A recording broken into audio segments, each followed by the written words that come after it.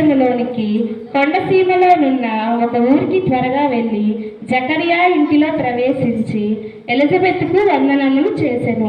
Elizabeth మరియ యొక్క వందనవచనము వినగానే ఆమె గర్భములోని శిశువు గంతులు వేసెను.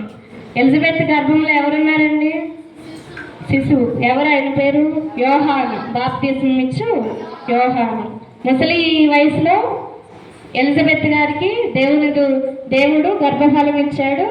ఆ గర్భఫలము ఇంకా అనేకులకు ఒక మాదిరిని చూపించింది. యేసు ప్రభు గారు కూడా ఒక మాట చెప్పారు, నాకంటే ముందు ఒకరు వస్తారు, నాకు దారి సిద్ధం చేయడానికి నాకంటే ముందు ఒకరు వస్తారు. ఆయన ఎవరంటే యోహాను. యోహానుకి బాప్తిస్మం, యేసు ప్రభు వారికి బాప్తిస్మం ఇచ్చింది ఎవరు? యోహాను ద్వారానే యేసుక్రీస్తు గారు కూడా బాప్తిస్మం తీసుకున్నాడు. ఇంకా వీళ్ళిద్దర సంభాషణ మనం చూసుకుంటే, ఎలిజబెత్ మరి యొక్క వందనవచనం వినగానే ఆమె గర్భంలోని శిశువు గంతులు వేసెను. అంతటా ఎలిజబెత్ పరిశుద్ధాత్మతో నిండుకొనినదై దగ్గరగా ఇట్లా నేను చదువుకున్నాం ఒకసారి 42వ వచనము.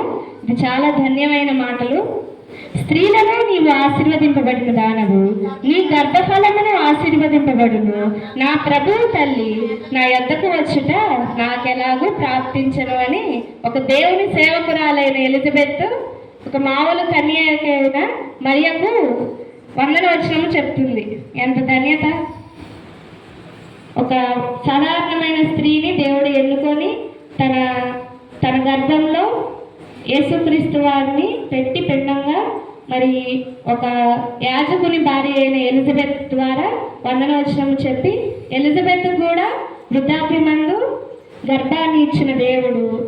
మరి మరియమ్మ గారు వీళ్ళిద్దరి కలయిక ఎంత బాగుందంటే చాలా బాగుంది. 44వ వచనము.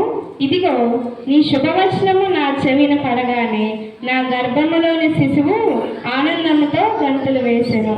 ప్రభువు ఆమెకు తెలియజేయించిన మాటలు సిద్ధించునుగాక.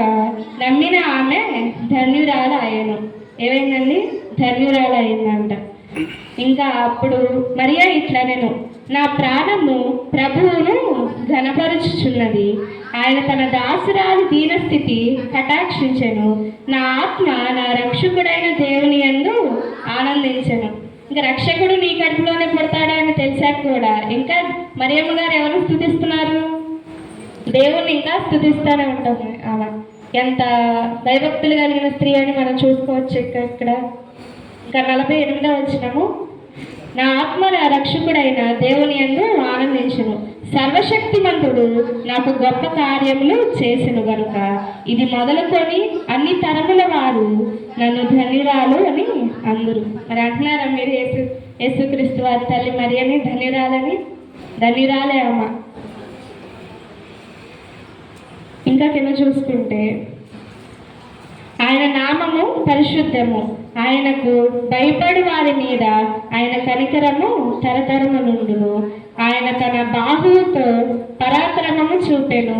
వారి హృదయముల ఆలోచన విషయమై గర్విష్ఠులను చెదరగొట్టును.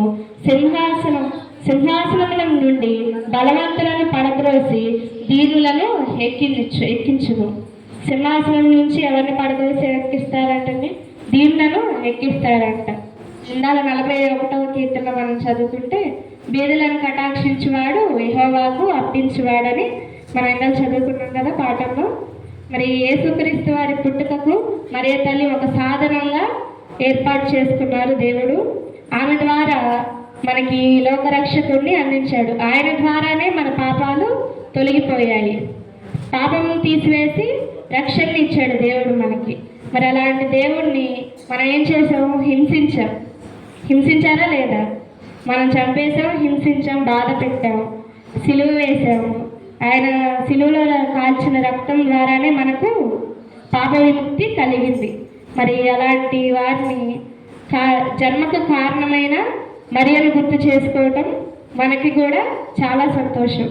మరి ఇలాంటి సమయంలో మరియ తల్లిని గుర్తు చేసుకోవటం మనకు ఒక ఆనందకరంగా ఉంటుంది. కాబట్టి మరి ప్రతి సంవత్సరము కూడా మరియ తల్లి పండుగ మనం జరుపుకోవాలి. ఇంకా మరియ తల్లి గారి గురించి మనం చూసుకుంటూ ఉంటే, యేసుప్రభు వారు పుట్టిన తర్వాత మరియం తల్లి గారు ప్రభువారిని దేవాలయంలోనికి ప్రతిష్ఠ చేయడానికి తీసుకెళ్ళినప్పుడు అక్కడ సుమియోనను ఒక యాజకుడు మరియ తల్లిని ఒక మాట అంటారు. మరియ తల్లికి యేసు ప్రభు వారు పుడతారని తెలుసు, నా గర్భం నుంచి ఈ లోకరక్షకుడు వస్తాడని తెలుసు, ఆయన చనిపోతాడని తెలుసు, పాపుల కోసం ప్రాణం పెడతారని ముందే తెలుసు. ఎవరి ద్వారా తెలిసిందంటే సుమయోనను ఒక దైవజని ద్వారా తెలిసింది. లూకాసు వార్త 2వ అధ్యాయము 35వ వచనంలో మనం చూసుకుంటే, మరియు నీ హృదయంలోనికి ఒక ఖడ్గము దూసుకొని పోవనని ఆయన తల్లి అయిన మరియతో చెప్పాను. ఎవరు చెప్పింది? సుమయోనను యాజకుడు, దేవుని సేవకుడు మరియ తల్లితో చెప్పాడు. ఇక్కడ ఖడ్గము అంటే ఏంటి? మరణము, చావు అని మనం చూసుకుంటాం. ఖడ్గము అంటే ఇంకో మాటలో దేవుని వాక్యము అని వస్తుంది. తర్వాత ఖడ్గము అనగానే మరణానికి కూడా ఒక సంకేతంగా వస్తుంది. మరి మరియ తల్లి గారికి ముందే తెలుసు, యేసు ప్రభు వారిని చిన్న వయసులో దేవుని ఆలయంలోనికి ప్రతిష్ఠ చేయడానికి వెళ్ళినప్పుడే సుమయోనను దేవజని ద్వారా తనకు తెలిసింది. మరి తెలిసినప్పుడు మరి తల్లులు మీరైతే మీ పిల్లల్ని ఇస్తారా? దేవునికి సమర్పణ చేస్తారా? మరియ తల్లి యేసుక్రీస్తు వారిని గర్భంలో మోసి పెంచి పెద్ద చేసి 30 సంవత్సరాలు ఆమె కాపాడి 3.5 సంవత్సరాలు సువార్త చేయటానికి ఈ లోకానికి పంపించింది. యేసుక్రీస్తు వారు ఎన్నో అద్భుతాలు చేశారు. మరి అలాంటి అద్భుతాల్లో మరియమ్మ తల్లి గారు కూడా కొన్ని పాల్గొన్నారు, కొన్ని అయితే దగ్గర నుండే చూశారు. కొన్ని దగ్గరలో ఉండి చూసినప్పుడు గలిలయలోని కానాను వివాహంలో